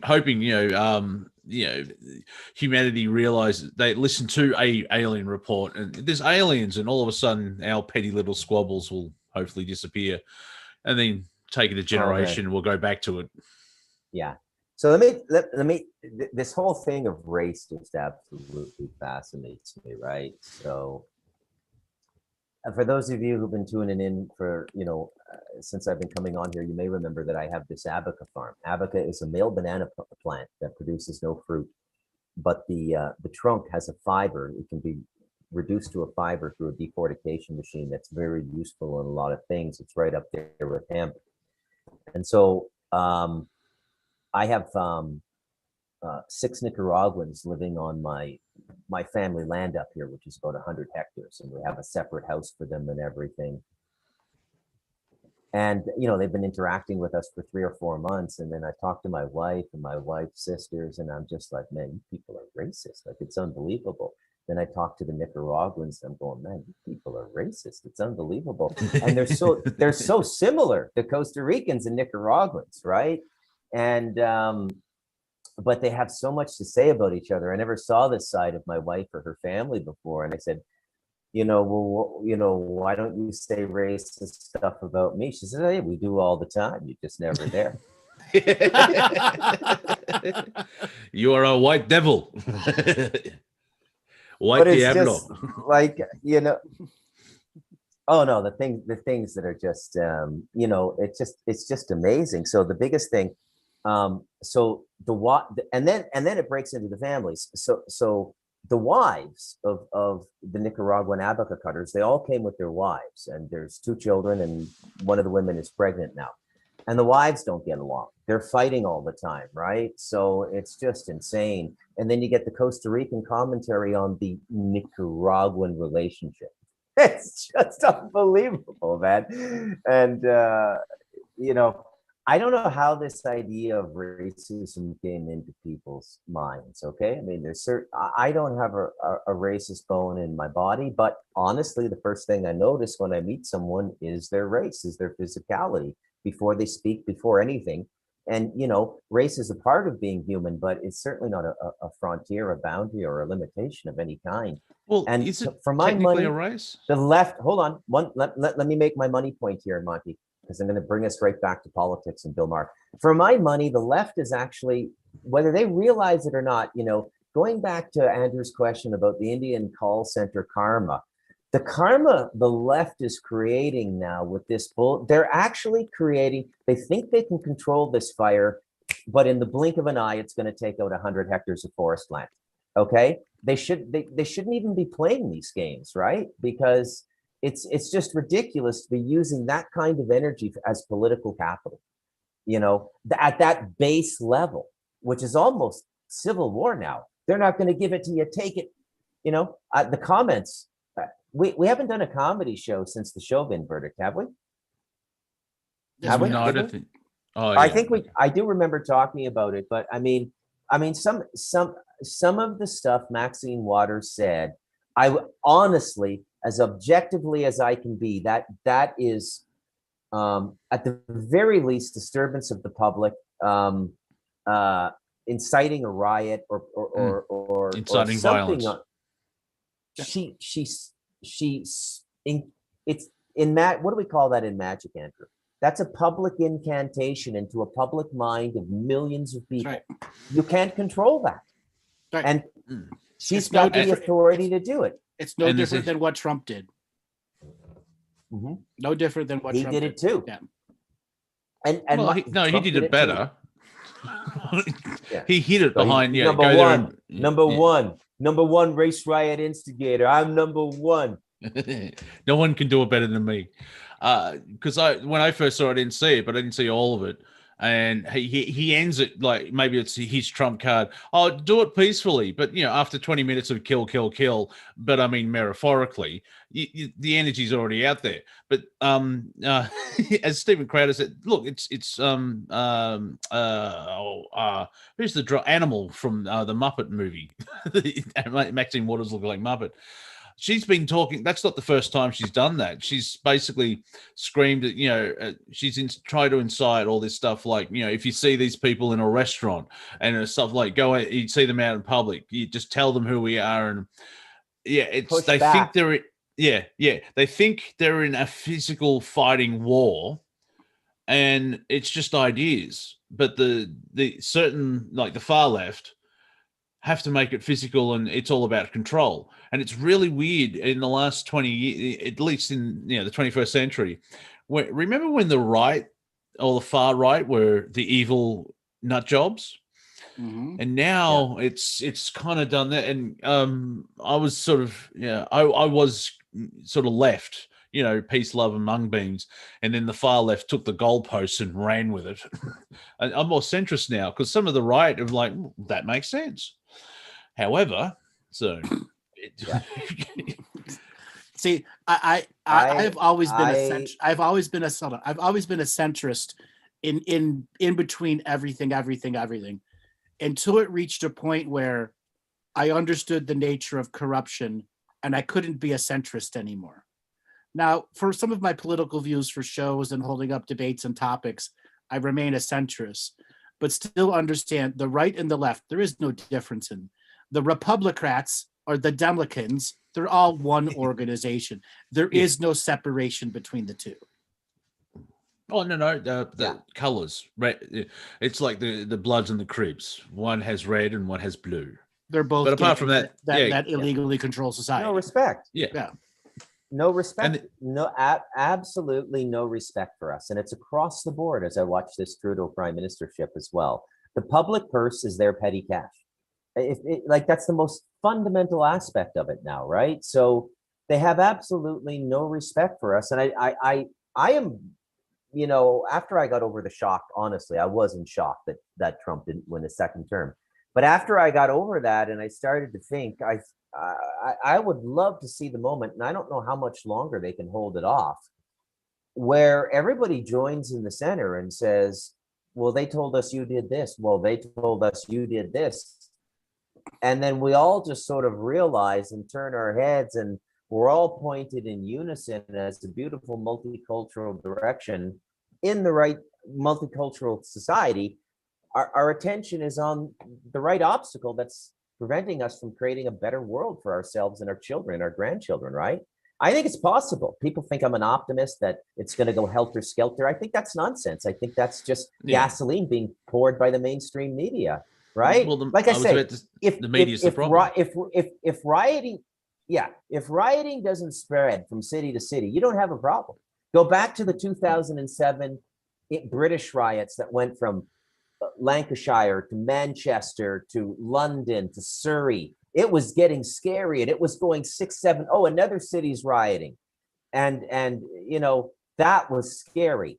And if the race problem and the race hatred existed, that some of the white extremists and black extremists are saying really existed, cities would be on fire now, man. It's not. So there's your evidence. Yeah, and that's the kind of problem. There are people saying that the United States system, whatever it is built to hate the black man because it was created by the white man. And it's like Chuck D from Public Enemy leans towards that. And I'm like, that doesn't resonate with me, mainly because he's a multi-millionaire. Because, so if it's racist, how did he be, if they're going to go to the nth degree, why can't we? Like LeBron James, the king. I'm like, well, it's a democracy, Mr. James, so stick that up your bum. He's complaining that blacks can't get anywhere. They're always in poverty. He's a multi-millionaire because he plays basketball and has never been arrested. So what is he talking about? And also, it's just not, at the moment they're focusing on the black. We get into statistics and blah, blah, blah. But Hispanics, Asians, Native Americans, certain humans have the same problems. It's all about race. And it's fascinating. Up until Obama, race relations were going quite well. Then Obama came in, and then diarrhea hits the fan and spreads all over your lovely white linen. A divided us is a prosperous them. That's what people need to realize. John Lennon had it right, man. Even if he was a Tavistock experiment. And it's like I always end up saying, I don't say I'm a centrist because I don't flip flop. I just pick and choose. Or sounds good. That sounds good. Oh, you flip flop, Monty. You flip flop. Yes, I flip flop. No, I don't. Yes, I do. No, I don't. Monty is a flapjack. Yeah. I only swap when the heat gets too much. Exactly. You're a fair weather supporter. Yeah. It's like here in Australia, we basically need a treaty with the Aboriginals because there's that gaping wound. But there are people saying, "Oh, we don't need a treaty. They should just accept what's going on." It's like they could if they had a treaty. That's basic warfare. That invasion, they lost. Then you have a treaty, but there hasn't been a treaty for 200 years. And then people bring up, "Oh, but these other treaties, yeah, that's back then." they suck. Like, I'm sure that, as you said earlier in the show, North America really needs to have a look at the First Nations again, and sort of go, yeah, let's do better. I'll speak to that a little bit about Canada, and oddly enough, I had a nice Zoom chat today with my best friend growing up, and still my best and longest friend in life, who's a full-blooded Ojibwa, from the Curve Lake Reserve, the Weetong Reserve, which is, and this is what I'm going to talk about. When you look at the reserve system in Canada, we have some reserves, like the Weetong Reserve, the Curve Lake Reserve, that has produced incredible people who've gone on to run computer companies, people who've been very, very high up in the Royal Canadian Mounted Police, two Governor General's award-winning literary writers from one reserve. Can you expand on the Governor? If you expand on the Governor General for like non-Commonwealth. It's like the Pulitzer Prize for literature in Canada. So I grew up going to this reserve because my best friend was from that reserve, his family and his aunts and uncles still live there. And his mother entered into a mixed marriage with a Mohawk. And they left that particular reserve because the Ojibwas didn't want a Mohawk on that reserve. There you go into those little races. They have them too, okay? So in the 60s, they didn't want Phil to move on to this reserve. Yeah, they didn't want Phil on the reserve because he was Mohawk. So he left. And then you have other reserves in Manitoba and Canada where they have their dogs that they keep as pets, don't get fed anymore. They become a feral pack that 3 years later mauls 2 or 3 children to death, and it's national news. It's just like, I call those bad spirit reserves. But, you know, something is coming now that I've mentioned, the UNDRIP, the United Nations Declaration on the Rights of Indigenous People.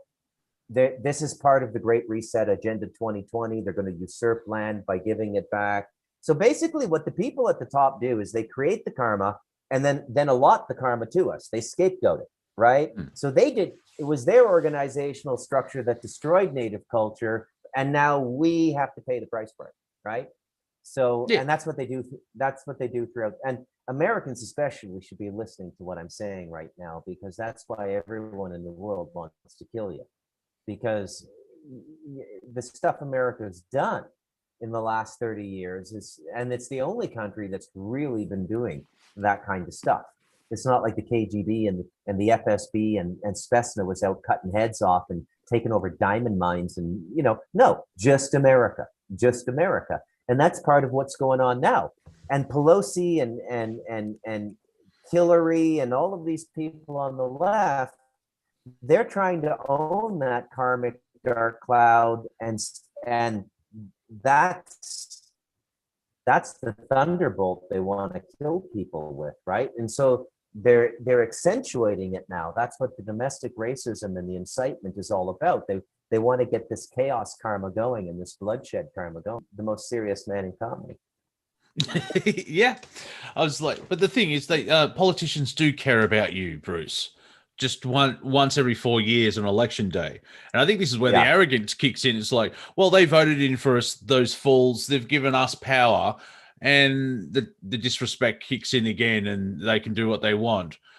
Because I think Andrew's mentioned a couple of times that over the years, there isn't a force or a group of people to tackle the white collar crime, to actually enforce the law. And that's the problem where, I mean, what is it, 21, so 13, it's 108 years.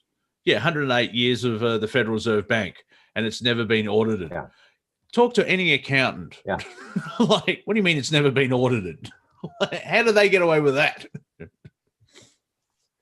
Exactly. Yeah. So we're at a point, guys, we've been going for an hour and a half. Nobody above them. Yeah. Right. Nobody above them. They can do whatever they want. Do we want to take some calls? Yes. Yes, we do. All right, everybody. If you are listening here in the Zoom room and want to have a conversation with us, click on the participants button, go raise your hand. If you are listening on YouTube, which is a lot more people on YouTube, ironically, YouTubians, and you want to be a part of the conversation, you must join the Zoom room. I just quickly jumped in and checked on the YouTube and the Facebook numbers, and YouTubians and Facebookers, if you want to be a part of the call, actually be able to like actually physically talk to us live, you must be in the Zoom room. All the information is up there from the screen. Robert will leave it up there. All you got to do is got to go to zoom.us, enter the meeting number right there on the screen, enter the passcode, and you will be brought right into the room. Sacrifice a small animal. Bless Right. your. Then you click on the participants button. You click raise your hand. Always think of Bon Jovi. Exactly. Raise your hands, raise your hands, raise your hands. And we have no one that has raised their hands in this Zoom room. Up there we go. Finally, we got one. Motherfuckers. Been listening for so long, sucking off our energy and not raising your hands, bitches. Andrew, what Andrew is displaying is the Disney School of Business of insulting the customers so they'll buy their product. Yes, it's like there's a restaurant called Dick's where they were paid to insult you. Okay. Are you going to Dick's tonight? I don't know. The customer service is a bit dodgy. Exactly. Customer service is a bit dodgy. Yes, I'm an Aries. I'm rambunctious, and I have no regrets. All right, Robert. There is only a 50-50 chance for the two people that have raised their hands, which should be incentive to all the YouTubians who are going, I don't want to click on another screen. I like YouTube too much. You can click on another screen. You can have two windows open at once. Really, you can do it. Yeah, well, if you're obsessed to YouTube, A, are you a subscriber to me? And B, can you donate to my PayPal account? I've got to pay rent. Just putting it out there. You love YouTube. I'm on YouTube. Therefore, you love me. Okay. See how that and works. now for those people that are listening here in the Zoom room and have been listening for a long time, only two of you guys have raised your hands. Bad viewers. Bad viewers. I break all contracts, vows, and agreements for each of those people that have not raised their hand to talk to us. So, Robert, spin the wheel of 50-50 callers and see who is first. All righty. Amy, since you're first. Jamie, are you there? Yeah. Excellent. Hi, Good where are to be you here. calling from? I'm in Colorado today. Welcome to the show. What did you think of our comedy show so far? Oh, I'm laughing at the Dick's Last Resort comment you just made. Totally went to a buddy's 21st birthday at a place called Dick's where they just make fun of you. Right. It's a restaurant chain that only lasts about 7 years, 6 or 7 years. It's out of business. Well, it was owned by Alice Cooper. Yeah, there was a whole bunch of other weird things with it. Yeah. So what do you have to tell us that's funny, comedical, interesting? Well, first, I want to give you mad props. You've been doing it, what's the expression? You think you're enlightened, spend 2 weeks with your family.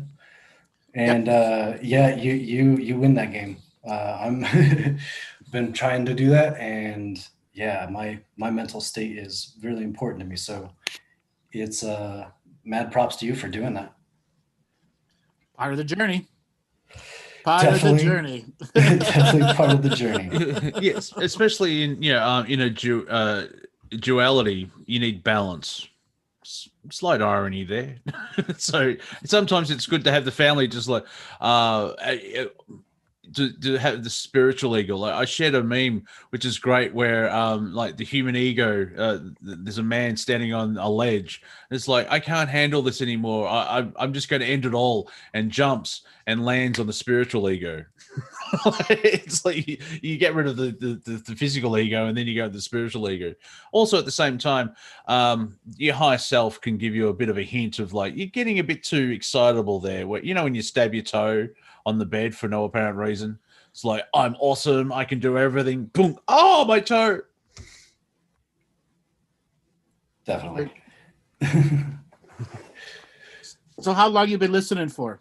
I've been listening to you guys since the beginning. If I haven't been here in the Zoom room, I catch you on YouTube as a replayer, because I generally have been working on Fridays. So it's nice to catch you guys here live.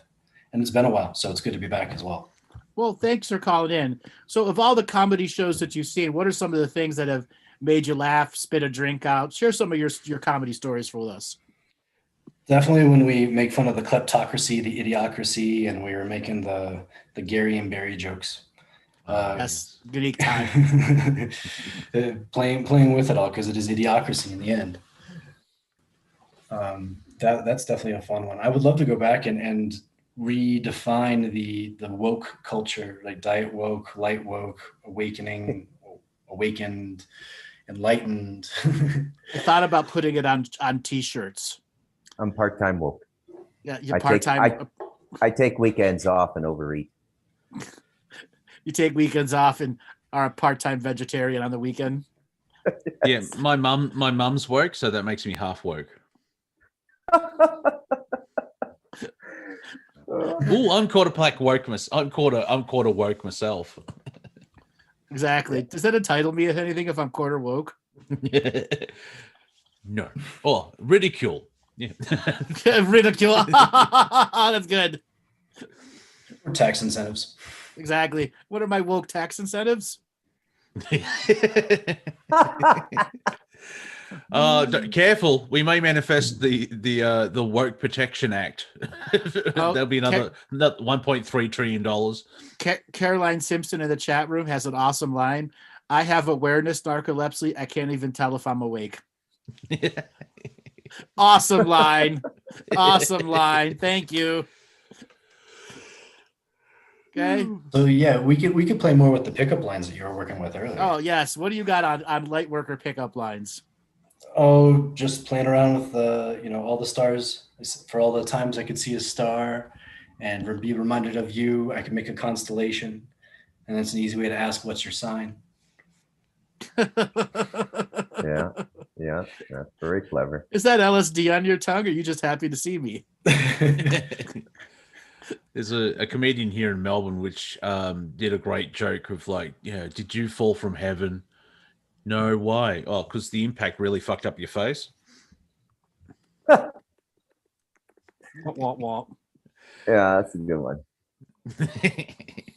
Because you're an angel, but it can't really, because we mined that comic vein for a bit, so I can't remember any of the spiritual pickup one-liners. Yeah, I don't have any more lines. I'm married. That's a lifetime ago. My pickup line is, when is dinner ready? When is dinner ready? When you'll make it, okay? Actually, I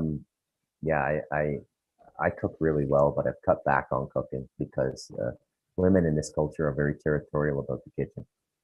It's just, very unusual for a man to be in the kitchen. Seriously, it's a gossip point for my wife. Okay, here's one. Are you a Native American my husband princess? cooks. Here's his pickup line. Are you a Native American princess? You know how to summon my spirit animal. Ooh, hello. Not too bad. Mm-hmm. My spirit animal is my phallus. So that's like It communicates to me every morning. So sounds like more the like the Egyptian tarot card. Exactly. So the Egyptian version would be, is that an obelisk in your pants, or are you glad to see me, or both? Well, there are some people who might like the obelisk. Yeah, I know. It's like, and I don't mean a French cartoon character. What? Hey, that's how I got through the only reason I went to the school library is they had comics, which was Asterix and Tintin. Yeah.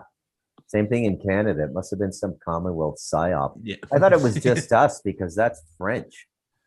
Yeah, no, we had it in Australia. So why were we reading French comics in Australia? It was kind of odd. I gotta say though, that sort of live action animation Tintin movie they did was brilliant. I haven't seen it yet. I want to. Have you seen it? No, but Stephen Moffat helped write some of the scripts as well. So there's a lot of people connected to it. It's like, well, this just the people involved. It sounds good because I think it's Spielberg and something else. Blah blah blah. I'm even thinking about looking at the latest Paddington movies as well because Peter Capaldi's in it. I'm actually watching a TV show called The Serpent. If anyone's familiar with that, it's out of England, and it's got Jenna Coleman. Yes, I watched it. Yeah, I'm up to Yeah. episode 3. That's the one about the guy in Thailand, right? Yeah, the serial killer. Oh man, that's quite something. That goes for the green tank. Does this look It's familiar? Really, Yeah, Robert? It goes with the green tank for sure. Yeah. Oh dear. Yeah, just after I said Well, it's about a serial killer, and you, that goes through the green tank. You're like, what the hell are you people talking about? All right. This is how you I'm despise doing somebody. my daddy duty here, saying goodnight. Everyone say Ah. hello to Aramisa. Hello. Hey, you're live across the world. Hola, mi amor. ¿Cómo estás? Say hello to everyone. Hundreds of people are looking at you right now. Tens Okay, of people. I'll let you good guys go back to your serial killers.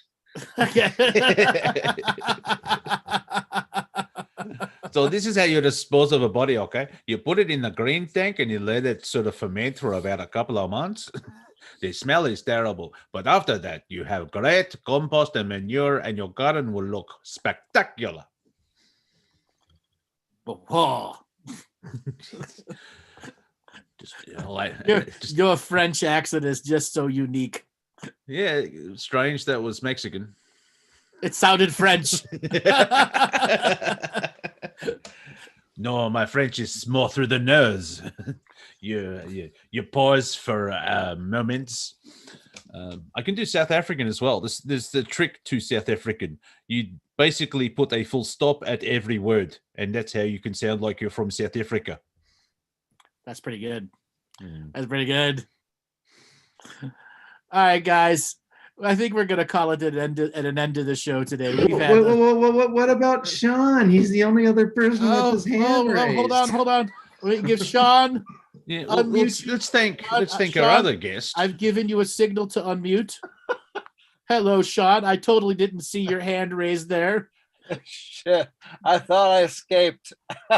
No escape for you. You were captured by the Bruce.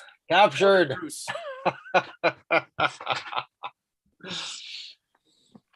So good show. What do you have to tell us that's fun today? Not a thing. I'm pretty sure I blew my whole load in the beginning of the chat room. You blew your whole load early, huh? All the references to water sports with cows and sacred cows. Premature comedical ejaculation. Yeah, do cows water ski? Do they find a mountain to water ski up? Questions. Wow. I'm feeling it. You're feeling it. What are you feeling? I'm feeling a nice getaway on an Alp with a cow. Well, if you were Scottish, it would be a little different. Yeah. Up in a Highland. Yeah, exactly. The cow would be looking at you going, hey, no. Go visit the sheep. Oh, you're looking beautiful. We don't do that type of stuff around here, Luddy. Go on your way. On your way now. John. Hello. Do you know somebody down here in Costa Rica who owns a farm area? Is this a joke setup or a serious question? No, it's a serious question. I don't believe I do, but I might have known some people who traveled down there. Well, Sean and I friended each other on Facebook about a week and a half ago or 2 weeks ago, and then I was looking at 60 hectares for sale just down the road from me in Puerto Viejo in my province of Limon in Costa Rica. And when I went to the guy's Facebook site, because the sale posting was in an expat group in Costa Rica, you came up as a friend of his. Really? Yeah. I was really surprised. Yeah, really surprised. I thought there's a coincidence. Well, I have been part of a couple groups that have kind of scattered into the diaspora, so anything's possible. Wow. Yeah. Oh, there you go. There's one of them. Now I kind of want to browse around and see who it is. Facebook, the joy of stalking. Yeah. The CIA loves Facebook. Yeah. What took 3 months takes 2 days now. Where are you, Sean? I'm in Bryn Mawr, just about 20 minutes west of Philadelphia. Ah, I know where Devil- Philadelphia is now. I watched the Rocky Devil's- movies. Devil's Playground there. It's true. It is true. That Where is the they- devil. Where they learned the the blood sacrifices that that started this country. Yeah, that's I think that's a concentration point for those satanic families. Is that whole state actually and Yeah. around Philadelphia there. I think that's a safe bet. Oh yeah, it just keeps up coming up again and again and again. You know, you watch Mark Passio and then you clue into it, and then hey, that guy's from Pennsylvania as well. Right. And then it makes you wonder, right? Because it's a largely rural state. So Yeah. Wow. You ever notice the similarity between Pennsylvania and Transylvania? yes, I have actually noticed that. It's the Vania part. Oh, I- and also there's a mythical story that started there. One's about Dracula, the other one's the federal government. But Yeah. And 6 Liberty or half a Bell and- dozen. and there's blood sacrifice in both. True. Yeah. The United States, land where blood sacrifices were industrialized. Now we outsource it. Yes. Now we Number one. outsource it. Number one in blood sacrifices. Number one. Number one in outsourcing blood sacrifices. Nobody does it better. You're not going to get any more Better. blood. You're not going to get any more blood in any single one of them. You I'm get no around. more blood out of this rock. I couldn't get my Trump accent. You know, I can do Bernie. Bernie's quite easy. He's slightly Jewish, and that's a good thing. I'm a recovering vegan blood sacrificer.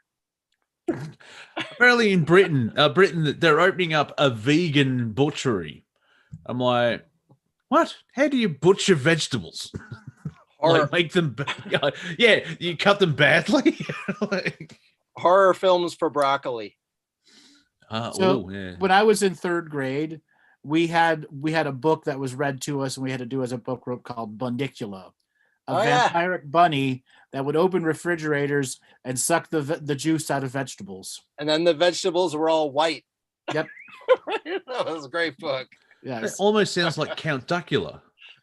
Well, Count Duckula came out afterwards. Bunicula was the starter of all the vegetarian vampire rabbits.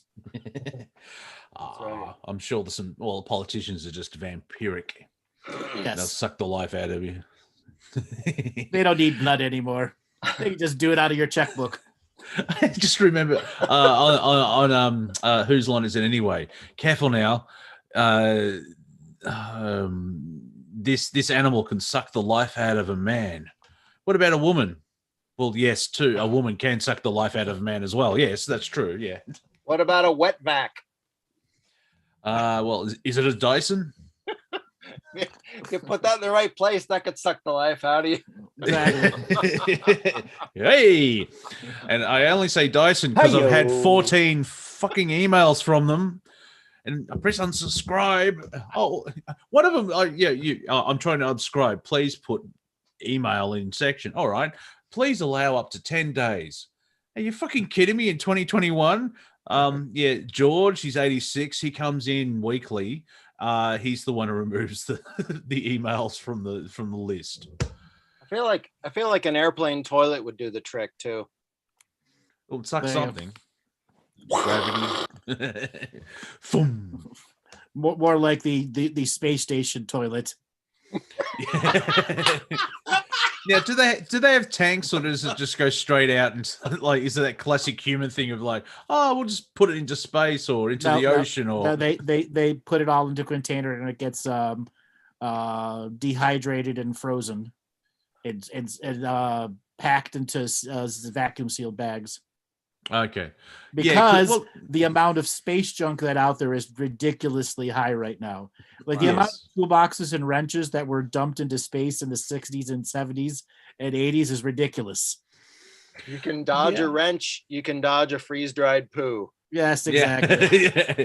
You're useless as a cock flavored icy bowl. We're all quoting from Dodgeball. One of the only one films I like of Ben Stiller. I mean, I understand why people like him. Doesn't float my boat. Dodgeball did though. Dodgeball did. Zoolander took a while to grow on me, though. Yeah. Until One, not suddenly I'm two. like, the 2 was awful. Zoolander 1, the first 3 or 4 times that I was watching it with others, I'm like, God, this is fucking awful. Then the 4th time I watched it on my own, I'm like, am I enjoying this? I don't know if I am. And then he did that scene where he's kicking with both feet. And I'm like, that's kind of funny, actually.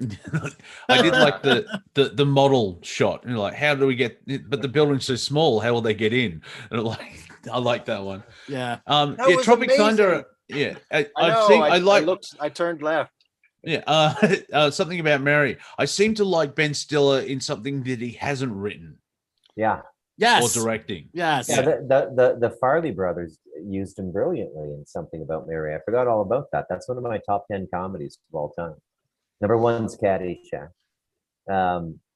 But yeah, I thought Tropic Thunder just sort of redeemed the guy for me. Oh yeah. You know, it was just so brilliantly written and so funny, and all the sideways characters worked perfectly. The Tom Cruise agent, the Nick Nolte, the writer, everything was just perfect. Simple Jack, when he's getting water tortured and he keeps calling cut.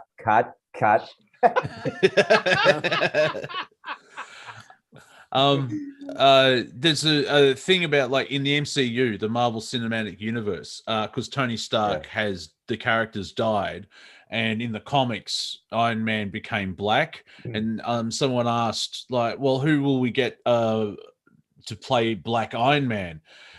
And someone put forward Robert Downey Jr. He's already done it once. I'm just a dude playing a dude who's playing another dude. What do you mean? What do you mean, you people? Don't go retard. You went full retard. And Rip Torn, who was great in Dodgeball, was also fantastic in Freddy Got Fingered. Yep, great movie too. Yeah, it took a while to figure out what that title meant. Here in Australia, like we don't remember, well, we don't know it's a 1930s reference to a court problem where you get your finger pointed at by a witness. Totally different here in Australia in primary school. Freddie got fingered. Did he go to the police? That's terrible. Was it a priest? Yeah. Is it that wacky uncle? I always worried about him. That's the worst pickup line. Have you seen Freddy Got Fingered? Let me show you. Yes. All right, guys, we're at the end of the comedy show. Sean, thanks a lot for calling in. Thank you, guys. Monty, yeah, welcome. Why did Monty give away for people to get a hold of you? The main place is YouTube, A.w.a for Thin Entertainment. If you dare and brave enough to go onto Twitter, I recommend it. It's quite funny. At Real Monty Dean. On Instagram, Monty.Dean. On Facebook as Monty Dean. And in about 20 minutes, I'll be seen at Woolworths at Forest Hill because I'm going to buy some stuff. Ooh. Bruce, do you want to give away if people get a hold of you? Yeah, if you want more of me, I'm better on the page. Go to Amazon and look up Bruce MacDonald, MacDonald, and buy a book. I imagine this audience would probably like Stardust Ranch, the incredible true story. What did you say there? Did you step on my name? Yeah, MOUSE. You're spelling it out like Mickey Mouse. MacDonald, because everybody thinks MC because of that goddamn hamburger shop. Exactly, that hamburger guy. Oh, and Bruce and I could be heard on a global radio station run by nuts. Yeah, so we occasionally do that. But you'll see that on my YouTube channel. All right, everybody, you know who I am. You go to my webpage, andrewbartzis.com. I am going to be off for about 10 days. There will be no coming this Tuesday show. It'll be a replay. That means their Thursday, Friday show, which normally wouldn't be there, won't be there.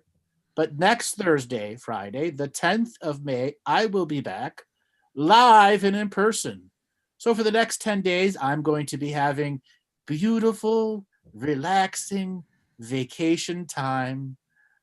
I will catch you all again in about 10 days. All right, Robert, take us away.